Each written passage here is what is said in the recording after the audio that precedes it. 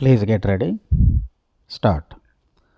Mr. Chairman, I am happy to welcome the demand for grants for the Ministry of Energy. I support the demand and while so doing, would like to give a few suggestions for the consideration of the Minister. It has been made crystal clear in the policy note that it is the duty of the government to provide electricity at cheaper rates.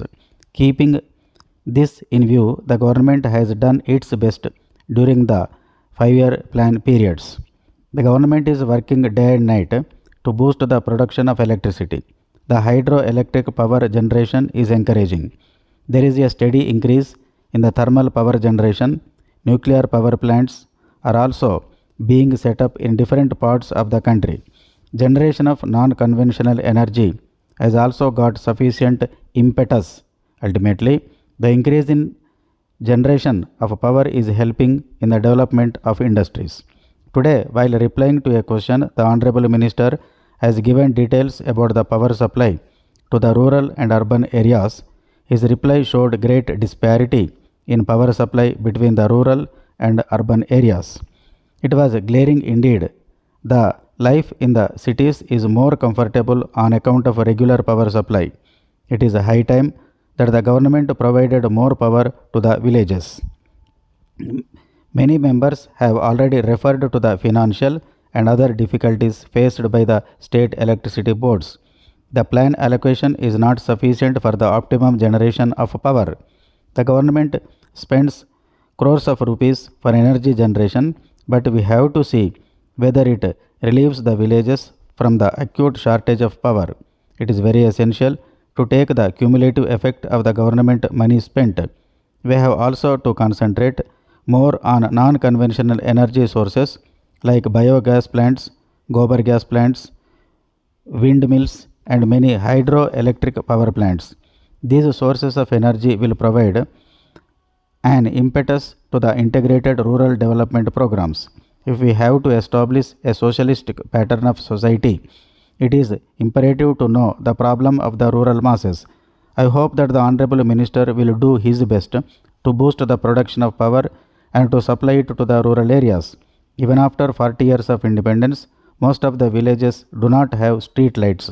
The condition of the electric poles in the villages is very bad. Most of them are very old. They are rusted and may fall on the huts in the villages at any time. Instead of replacing these defective poles in the villages, the department is trying to install new poles in new areas. I request the government to take effective steps to replace the old electric poles in all the villages throughout the country. It is shocking to note that most of the scheduled castes colonies, especially in the tribal areas, are in darkness. The officials and the respective electricity boards and other connected with the rural electrification have completely neglected those areas. The government should see that all the areas inhabited by the poor scheduled caste people who are very much below the poverty line are provided with electricity. While the electricity boards are very much in favor of providing electricity to the cinema houses and industries, it is not known why they should refuse to help the farmers who need electric power very much for carrying on their agricultural operation. I request the Honorable Minister to have consultations with the chairman of the state electricity boards and the chief ministers and arrive at an early decision to provide continuous power supply to the farmers. We should not forget the fact that it is the farmers who produce the necessary food grains for the entire country. Some members have urged the government to supply free power to the farmers. I have visited some foreign countries. During such visits, I have inquired about the power and water rates for farmers.